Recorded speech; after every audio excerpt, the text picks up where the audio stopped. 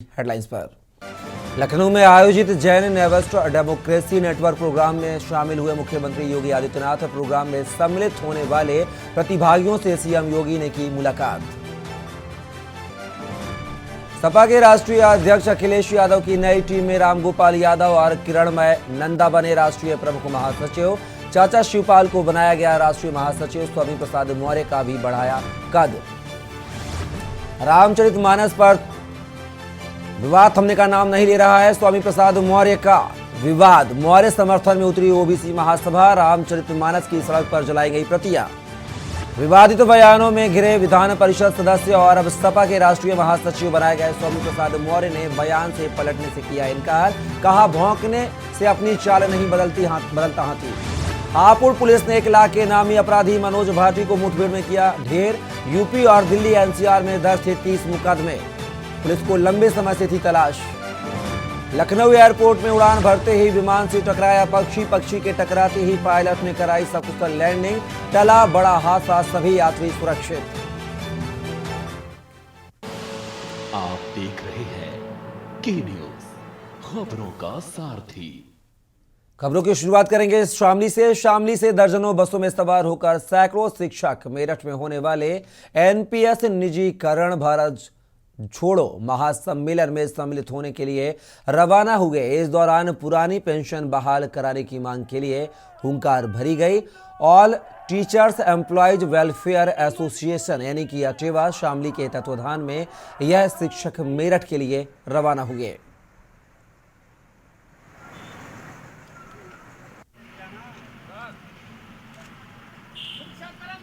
आज का जो कार्यक्रम है 29 जनवरी को हम एनपीएस और निजीकरण के खिलाफ पुरानी पेंशन बहाली हेतु सभी संगठनों को एक साथ लेकर के अटेवा के मंच से हम मेरठ के लिए रवाना होने वाले हैं। इसमें सभी शिक्षक कर्मचारी जितने भी विभागों के हैं, कोई ऐसा विभाग नहीं है जो आज हमारे साथ यहाँ खड़ा नहीं है।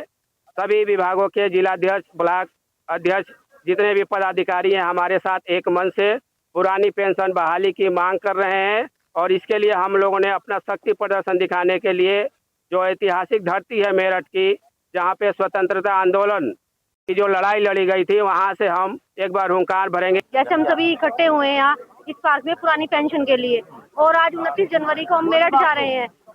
मेरा सभी शिक्षक भाई और बहनों से निवेदन है कि पुरानी पेंशन ये हमारा लक्ष्य है। हम सबका एक ही लक्ष्य है, एक ही नारा, पुरानी पेंशन हक है हमारा।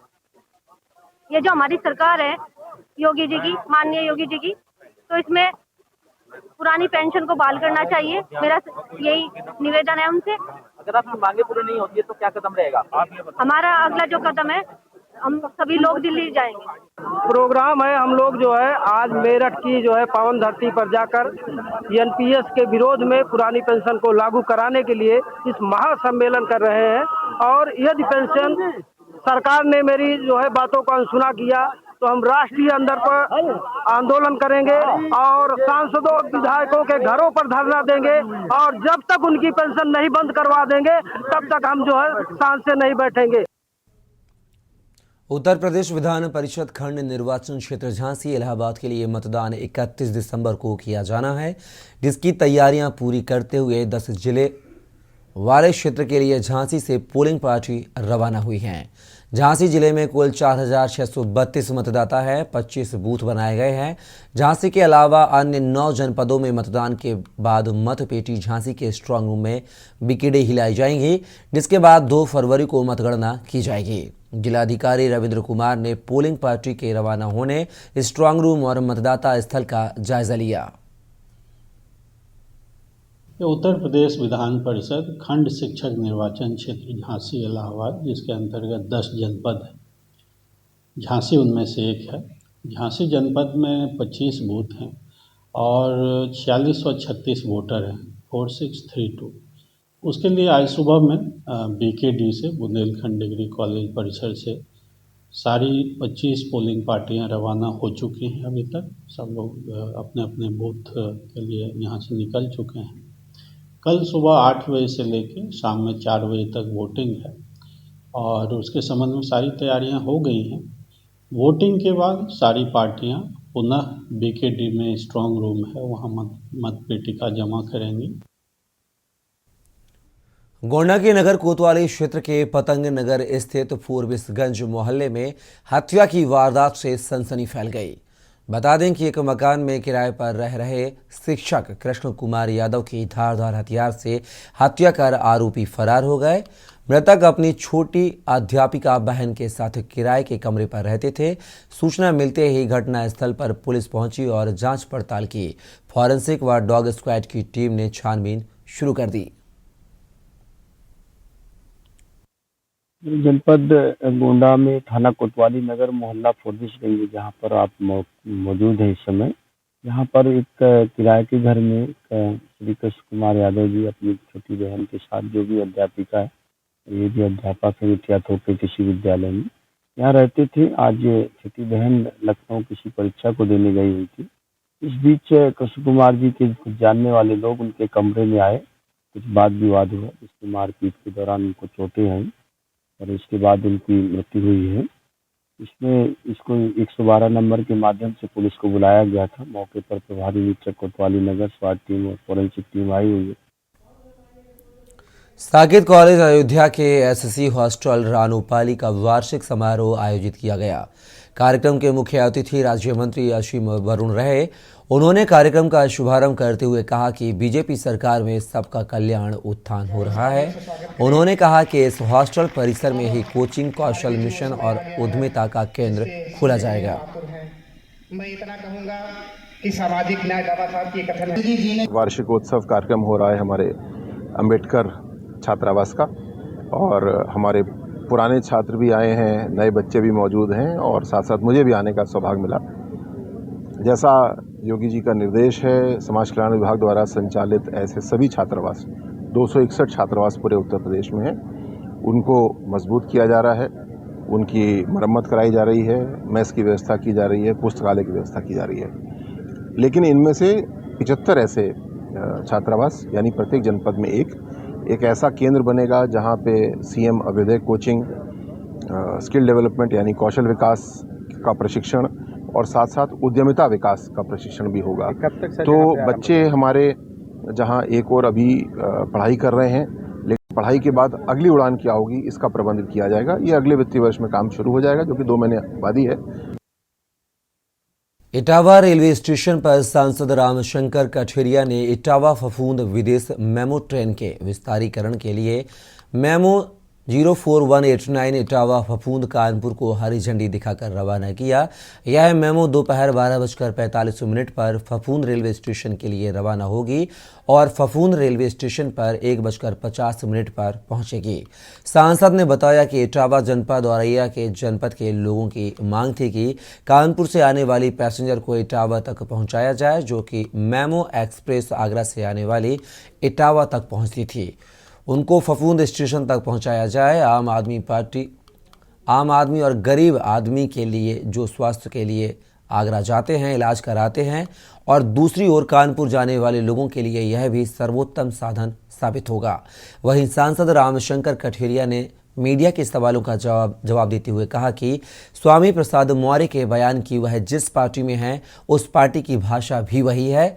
इस तरह वह बोल रहे हैं, हिंदुस्तान की जनता इसको स्वीकार नहीं करेगी। संघमित्रा मौर्य पिता के साथ बयानों पर समर्थन में हैं तो उनका मत है।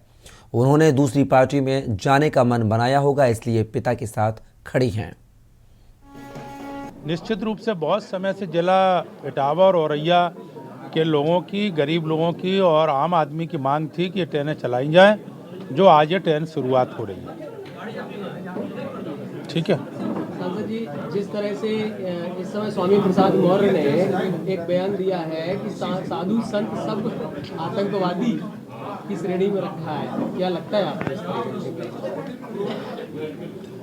जैसा ऐसा है ना कि वो जिस पार्टी में हैं उस पार्टी की भाषा भी वही है, तो वो बोल रहे हैं, तो मुझे लगता है हिंदुस्तान की जनता इसे स्वीकार नहीं करेगी।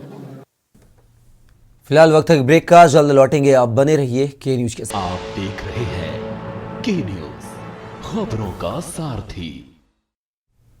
ब्रेक के बाद पुनः आपका स्वागत। और खबरों में आगे बात करेंगे मुजफ्फरनगर के राष्ट्रीय इंटर कॉलेज मैदान में भारतीय किसान यूनियन के राष्ट्रीय प्रवक्ता चौधरी राकेश टिकैत को संबोधित करने पहुंचे, जहां उन्होंने कहा कि जब तक सरकार किसानों की मांगें नहीं मानती तब तक किसान आंदोलन पर डटे रहेंगे। इस विरोध के पीछे कारणों को हमारे संवाददाता अश्विनी मिश्रा ने राकेश टिकैत से जाना। दिखाते हैं आपको क्या कुछ कहा राकेश टिकैत ने। सारी समस्या होगी कर लेंगे। यहाँ क्या कोई मीटिंग और मेला लग रहा है, यहाँ पे तो किसानों का मेला ही सही। यहाँ जिस तरह आपने भी जिक्र किया है कि पहले 13 महीने तक का आपका धरना चला, उसके बाद प्रधानमंत्री को बात समझ में आई, तो क्या यह धरना हो सकता है कि इससे भी लंबा चले? क्या पता भाई, क्या पता भाई। छाछ और राड इसे बढ़ाने में को घटाने में कितनी बढ़ा लो, कितनी घटा लो, लड़ाई को कितनी बढ़ा लो, और घर में जो छाछ हो लस्सी उसे कितनी बढ़ा लो, पानी गिरते रहो बढ़ती चली जाएगी। पानी गिरना बंद कर दो खत्म हो जाएगी। और ऐसे ही भाई धरना है, इसे अधिकारी कितना ही बढ़ा लो सरकार और कितना ही घटा लो। तो सरकार से आपके खास तौर से भाजपा से आपसे देखा जाए तो 36 का आंकड़ा देखा जाएगा इस बारे में? नहीं, हमारा तो किसी 36 का आंकड़ा नहीं, हमारा तो सरकार से है। बीजेपी तो नहीं, सरकार से है हमारा। हाँ, बीजेपी तो एक पार्टी है, सरकार भी तो बीजेपी की है ना। मुख्यमंत्री तक वहाँ हो के मैं बीजेपी का हूँ, मुख्यमंत्री तो कहे मैं मुख्यमंत्री का हूँ, सबका हूँ। वो जब ये कह देगा कि नहीं मैं किसान यूनियन वालों का मुख्यमंत्री नहीं हूँ, तो भाई हम दूसरा देखेंगे फिर कुछ रास्ता। उनसे बात करो, कुआओ किसी से, यहाँ मंत्री से कुआओ कि मैं बीजेपी का मंत्री यूनियन वालों का नहीं, वो तो हमारा भी तो मंत्री।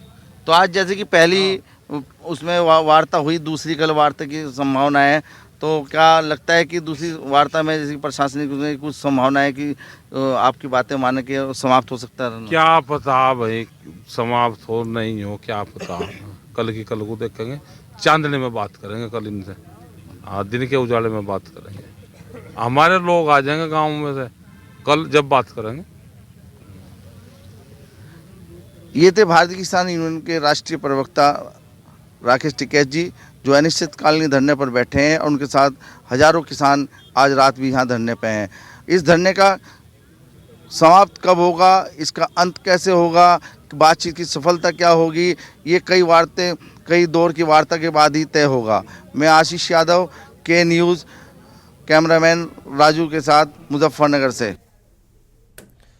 फर्रुखाबाद स्थित परिवहन कार्यालय में वाहन बीमा विषय पर आयोजित कार्यशाला के दौरान वाहन के बीमा की आवश्यकता एवं लाभ के बारे में वाहन स्वामियों को जानकारी दी गई। परिवहन विभाग द्वारा मनाए जा रहे सड़क सुरक्षा माह के अंतर्गत फर्रुखाबाद स्थित परिवहन कार्यालय में वाहन के बीमे की आवश्यकता एवं लाभ पर कार्यशाला का आयोजन किया गया। कार्यशाला के दौरान ओरिएंटल इंश्योरेंस कंपनी के विकास अधिकारी चंद्रशेखर द्वारा वाहन के बीमा की आवश्यकता एवं लाभ के बारे में वाहन स्वामियों को जानकारी दी गई। कार्यशाला के दौरान फर्रुखाबाद के सहायक संभागीय परिवहन अधिकारी प्रवर्तन सुभाष चंद्र राजपूत ने वाहन स्वामियों को जानकारी देते हुए बताया कि कोई भी वाहन मार्ग पर बिना बीमा के चलाना प्रतिबंध है।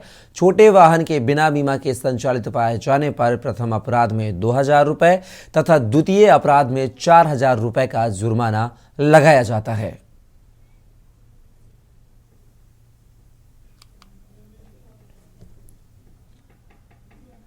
अमरोहा के गजरौला थाना क्षेत्र के दिन दहाड़ एक तरफा प्यार में पागल प्रेमी ने छात्रा को गोली मार दी और फिर खुद को गोली मारकर आत्महत्या कर ली और अपने एक तरफा प्यार की कहानी का अंत कर दिया।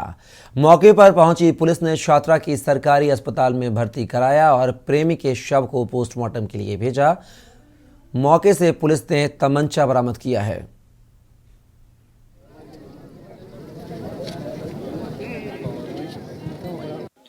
देखिए, थाना गजरौला में बानपुर फाटक के पास में एक लगभग 4:30 बजे पुलिस को सूचना मिली कि एक लड़की को किसी एक अज्ञात व्यक्ति ने गोली मार दी और फिर बाद में उस लड़के ने ही खुद को अपने आप को शूट कर लिया।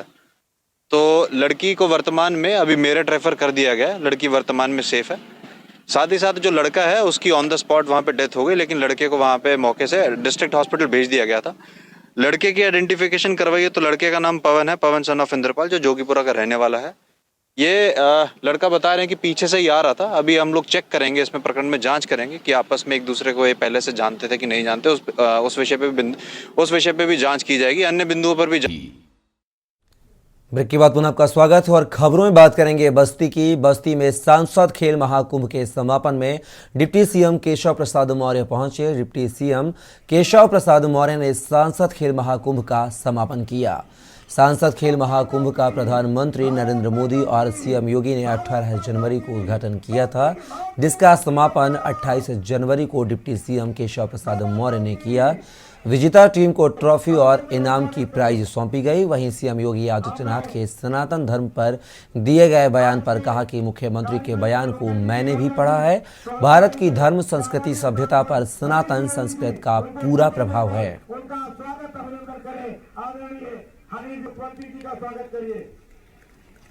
और इसी तरह हम स्मृति चिन्ह भी सुना नहीं आपने क्या इसमें देखिए, भारत के अंदर धर्म की संस्कृति की सभ्यता की जो यहाँ सनातन संस्कृति का पूरा प्रभाव है, और उसके क्रम में मुख्यमंत्री जी का कोई बयान मैं भी आज अखबार में देख रहा था, लेकिन आएंगे तो हिंदू राष्ट्र घोषित करवा दीजिए। भारत कहीं परदेसी नहीं है, आपके पड़ोसी हैं, किस दिन आएंगे पूछिएगा। धन्यवाद। एक सवाल और है, स्वामी मौर्य जी आज अखिलेश यादव से मिले, बार बार हमला बोल रहे हैं, क्या कहेंगे इसमें? अरे इसलिए अखिलेश यादव जी चाहे जो करवावें, उनको करवाने का अधिकार है, और वो इस तरह की बातें करवाते रहते हैं, बाकी उनकी कोई। स्वामी प्रसाद मौर्य ने धर्म गुरुओं को आतंकी और जल्लाद तक कह दिया है। देखिए, मुझे लगता है कि आप सब पत्रकार मित्रों को भी यह समझना चाहिए, ये जो बोल रहे हैं वह नहीं बोल रहे हैं, ये श्री अखिलेश यादव जी बोल रहे हैं, और उनकी जो मानसिकता है वह बोल रही है। खबर अमेठी से है, जहां गायत्री शक्तिपीठ पर आयोजित नशा मुक्त भारत यात्रा अभिनंदन कार्यक्रम में पूर्व केंद्रीय मंत्री डॉक्टर संजय सिंह ने पहुंचकर अपना समर्थन व आशीर्वाद दिया। उन्होंने सभा को संबोधित करते हुए कहा कि हमें व्यसनों से मुक्त भारत बनाना होगा। ये मार्ग कठिन जरूर है, किंतु इसी देश में एक पैर वाली लड़की ने भी माउंट एवरेस्ट पर तिरंगा फहराया है, इसलिए प्रयास करें कि पूरे आत्मबल के साथ होना चाहिए। कुछ तो बातें अपनी मैंने भाषण में कहा। मेरा संदेश यही है कि भारत में नशा मुक्ति होनी चाहिए। हर बालक बालिकाएं जवान वृद्ध नशा से मुक्त हो, और इस देश में अच्छे मस्तिष्क के साथ, अच्छे अपनी सोच, अपने अच्छे वसूलों के साथ देश के गौरव को बढ़ाने में अपना पूरा सहयोग। नशा मुक्त भारत यात्रा काशियाना फाउंडेशन द्वारा आयोजित है। 40 दिनों की यात्रा है। 22 राज्य से अधिक हम स्थानों पर जा रहे हैं, जिसमें 150 से अधिक कार्यक्रम सुनिश्चित हुए हैं, और 15,000 किलोमीटर की दूरी इस पूरी यात्रा में हम कवर करते हैं। इस पूरी यात्रा में हमारे साथ 10 साथी और 2 साथी हैं। इस पूरी यात्रा के दौरान हम युवाओं के बीच में जा रहे हैं, जैसे गायत्री परिवार है, तमाम साधु संतों के बीच में हम जा रहे हैं। कई बीते दिनों समाजवादी पार्टी के एमएलसी स्वामी प्रसाद मौर्य द्वारा रामचरितमानस पर विवादित बयान देकर कानूनी मुश्किल में फंसते नजर आ रहे हैं। बीते दिन उनके विरुद्ध लखनऊ सहित कई जनपदों में हिंदू आस्थावान जनमानस द्वारा मुकदमा भी दर्ज कराया गया है। इसी क्रम में कानपुर से भी स्वामी प्रसाद के खिलाफ जनमानस में विरोध शुरू हो गया है। स्वामी प्रसाद के विवादित बयान को लेकर नास्तिक विचारधारा का बताया। वहीं राष्ट्रीय गौरक्षा वाहिनी गौ सेवा संघ के राष्ट्रीय अध्यक्ष संजीव सिंह सेंगर व राष्ट्रीय महामंत्री सुनील शुक्ला ने कहा कि स्वामी प्रसाद मौर्य के इस बयान से करोड़ों राम भक्तों की भावनाएं आहत हुई हैं, जो कि उनके चरित्र को दर्शाती हैं। ऐसी मानसिकता वाले व्यक्तियों को किसी भी पार्टी में सदस्यता नहीं निष्कासन किया जाना चाहिए।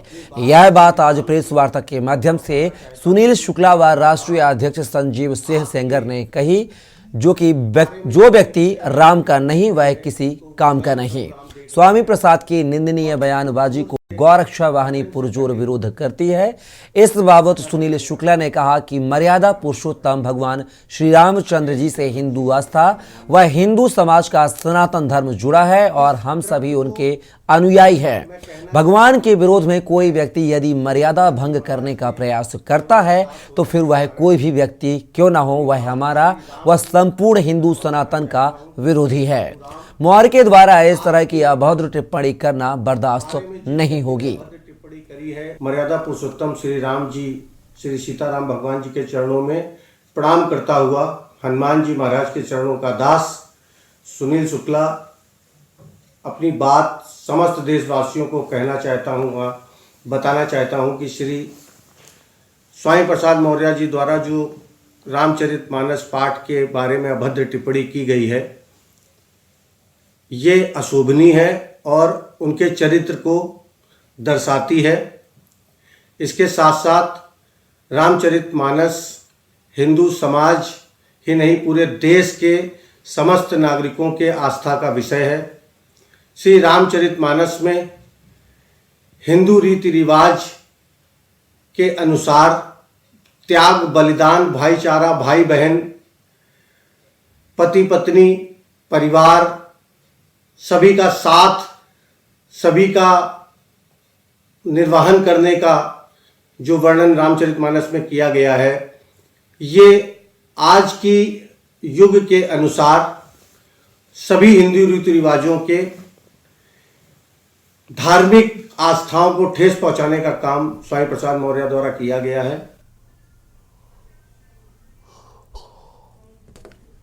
कोलकाता में हुए एशिया कप 2023 प्रतियोगिता में जीतने वाले खिलाड़ियों का शहर के संजय वन में ऑल यूपी कराटे एसोसिएशन के द्वारा सम्मान समारोह का कार्यक्रम आयोजन किया गया, जहां कार्यक्रम में मुख्य अतिथि के रूप में सांसद सत्यदेव पचौरी व केदवई नगर विधायक महेश त्रिवेदी शामिल हुए।